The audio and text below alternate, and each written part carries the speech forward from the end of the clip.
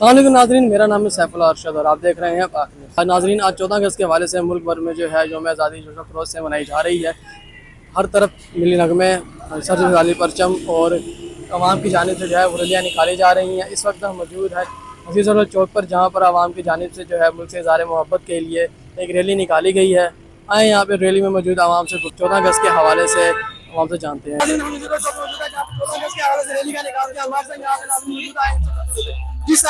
वालेकुम सलाम। पाकिस्तान की नाज़रीन सालगिरह इस हवाले से क्या कहना चाहिए? जी बिल्कुल, ये भी हमारे लिए एक त्योहार से कम नहीं है। 14 अगस्त जो हमारी आज़ादी का दिन है, हमारे जो आबाओ अजदाद हैं उन्होंने इस मुल्क के लिए अपनी जानें कुर्बान की, अपने जानों के नजराने दिए, ये आज़ादी हासिल की। हमें इस चीज़ की बहुत खुशी है, लेकिन हम चाहते हैं कि हम इसको आगे और तरक्की पजीर देखना चाहते हैं और इसको जो है बुलंदियों पे देखना चाहते हैं। अब ये बताएं कि 14 अगस्त है और 14 अगस्त के हवाले से एक पाकिस्तानी शायरियों से आपके लिए आज़ादी की क्या अहमियत है? देखिए, आज़ादी बहुत बड़ी नेमत है। आज़ादी ये कुदरत की तरफ से एक बहुत बड़ी नेमत है। जैसे एक परिंदा है, वो आज़ाद होता है, उसका जहाँ दिल चाहता है वो जाके घोंसला बनाता है, दाना चुगता है, खाता है, इसको आज़ादी कहते हैं।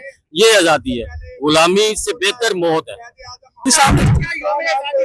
बिस्मिल्लाहिर्रहमानिर्रहीम। हमेशा की तरह इस वक्त भी यौम आज़ादी के मौके पर पाकिस्तान की अवाम पुरजोश है और वो आज़ादी हासिल करने पे बहुत खुश है कि हमारा मुल्क आज़ाद हुआ और हम आज़ाद हैं। तो यौम आज़ादी मनाई जा रही है और दुश्मन ममालिक को पैगाम दिया जा रहा है कि आपने पाकिस्तान की तरफ मैली आंख नहीं देखना।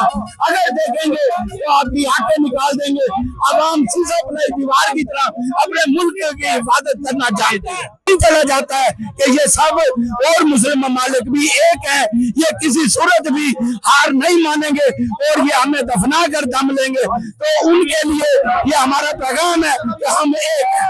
बहुत शुक्रिया। क्या कहना चाहेंगे 14 अगस्त के हवाले से?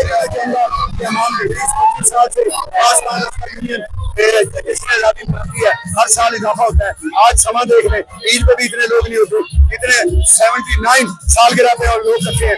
मैं पैगाम देना चाहता हूँ अपनी आवाम को कि पाकिस्तान बड़ी मुश्किलों से बना है, पाकिस्तान बड़ी कुर्बानियों से बना है, जिसमें हमारी बहनों ने कुर्बानियां दी, जिसमें हमारी दादियों ने कुर्बानियां दी, जिसमें हमारे दादा ने कुर्बानियां दी। खुदा की कसम, लाशों के ढेर के ऊपर से सिख और हिंदू गुजर रहे थे, लेकिन अगर वो सुन ले तो हमारे जिस्म का एक रोंगटा खड़ा हो जाता है। लेकिन अब ऐसा नहीं होगा। आजाद कौम है, देखा